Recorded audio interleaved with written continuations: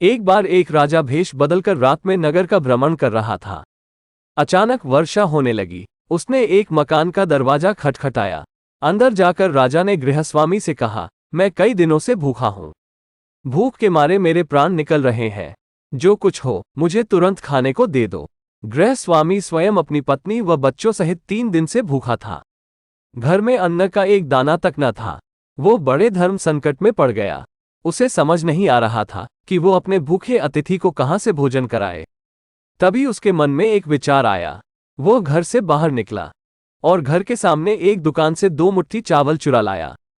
उस गृहस्वामी ने अपनी पत्नी से उन चावल को पकाकर उन्हें अतिथि को खिलाने के लिए कहा। अगले दिन दुकानदार ने राजा से पड़ोसी की शिकायत की और कहा कि उसने दुकान से चावल चुराए हैं।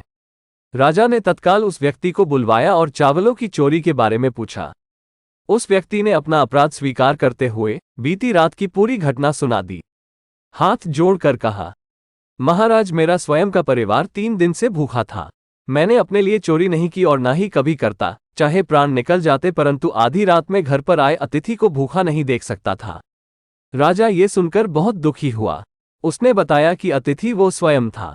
फिर उसने उस दुकानदार को बुलवाया और पूछा कि क्या उसने अपनी दुकान से पड़ोसी को रात में चावल चुराते हुए था। दुकानदार के हाँ कहने पर राजा ने कहा, इस घटना के लिए प्रथम दोषी मैं स्वयं हूं। दूसरा दोषी दुकानदार है, जिसने रात में पड़ोसी को चावल चुराते देख लिया, परंतु 3 दिन तक पड़ोसी को परिवार सहित भूखा रहते नहीं देखा। इसने अपना पड़ोस धर्म नहीं निभाया। राजा ने उस दुकानदार को जाने के लिए कहा और उस गृह स्वामी अतिथि निष्ठा भाव से प्रसन्न होकर 1000 सोने की असपियां उसे इनाम में दी।